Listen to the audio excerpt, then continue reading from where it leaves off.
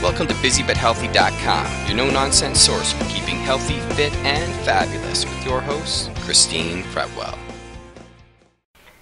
Hey guys, welcome to another episode of Busy But Healthy. Now today I've got a really exciting recipe for you. This is one I'm really excited about because I happen to love carrot cake.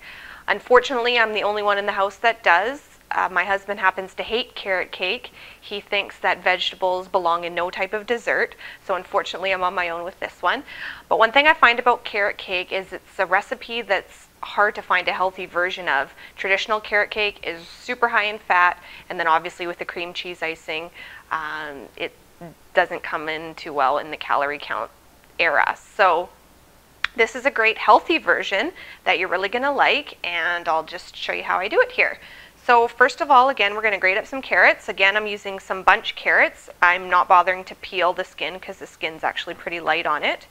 And basically for this recipe, I'm going to need 2 cups of grated carrots. So I've got 2 cups of shredded carrot. I'm just going to set aside for later. Now we move on to all the wet ingredients. So I like to do everything in one big bowl. So that's how I'm going to do it. First of all, we're going to start with the wet ingredients. So we've got 6 egg whites, and I'm actually just going to be using the carton egg whites today because it's a little bit easier. So 6 egg whites. And I'm just going to whisk. Now the only actual fat we're using in this recipe is just a tablespoon of canola oil. I'm going to use canola oil. It's a light cooking oil. Good one to use for cooking. So a tablespoon of that. Next up, we have 3/4 of a cup of unsweetened applesauce.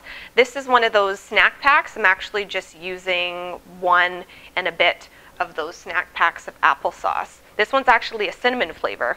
Thought may as well use it because there's going to be more cinnamon in here, and I happen to love cinnamon.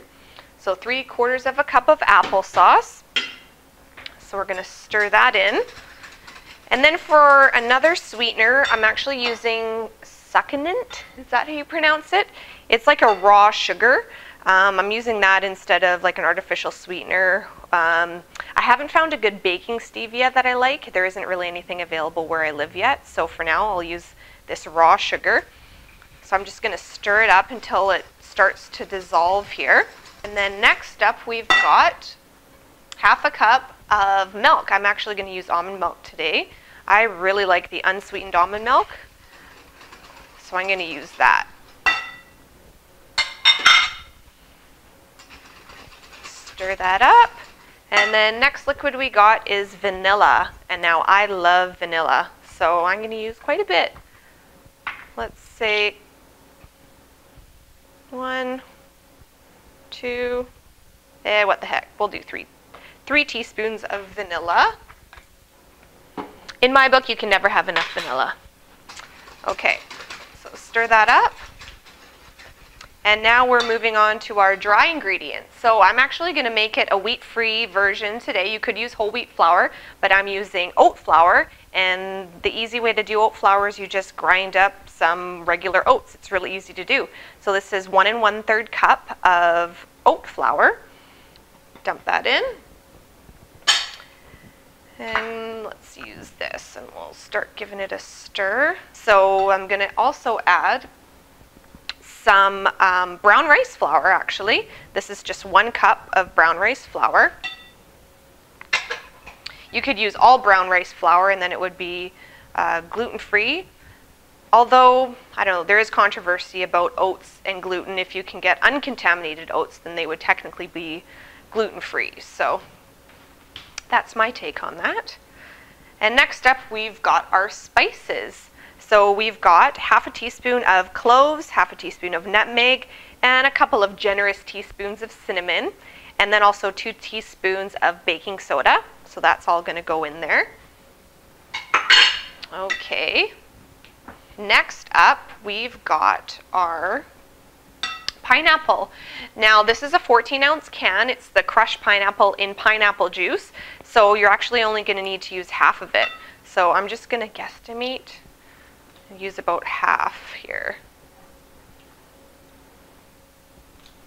I think that's about good. Now we're going to add in the carrot just a little bit at a time. So in goes some carrot.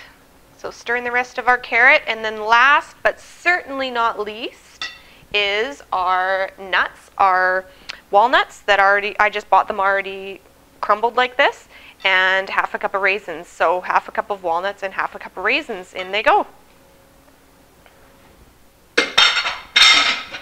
We're about done with our batter here. So all you do is just spray a pan. I'm just using an 8x11 pan, and you just spray it with cooking spray or grease it up with butter or whatever you like. And I'm just going to dump this in.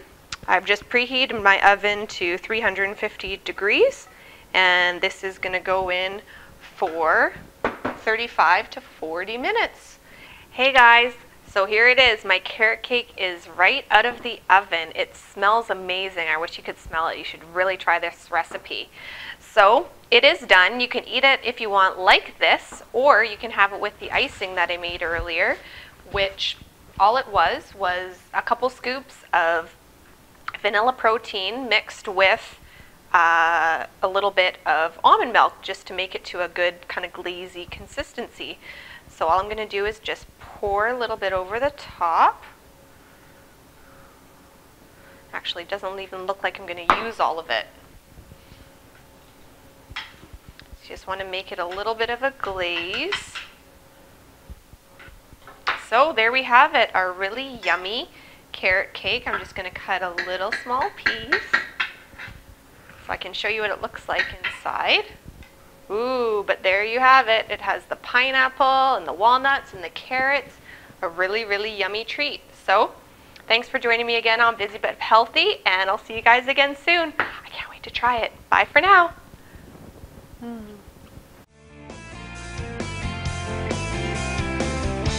For more tips, recipes, and information, please visit busybutthealthy.com.